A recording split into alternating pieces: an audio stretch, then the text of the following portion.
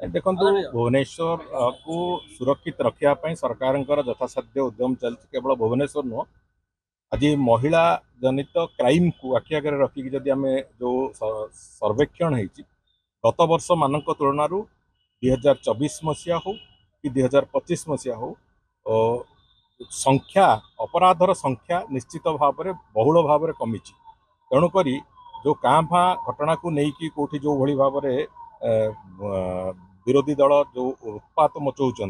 गोटे कथा स्पष्ट भाव में कहे जे जो जगार भी साधारण घटनाटे घटी विशेष करके महिला मान कौन से आक्रमण होती सरकार तुरंत एक्शन नहीं पुलिस विभाग तत्परता देखी दोषी को गिरफ्त कर तार केस जमी चलवा कथा जो भाव दंड विधान प्रक्रिया चलवा कथा चली तेणुक स्पष्ट भाव में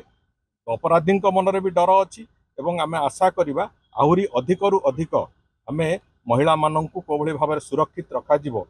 जहाँ पदक्षेप नवा कथा सरकार से तत्पर अच्छा आगामी दिन में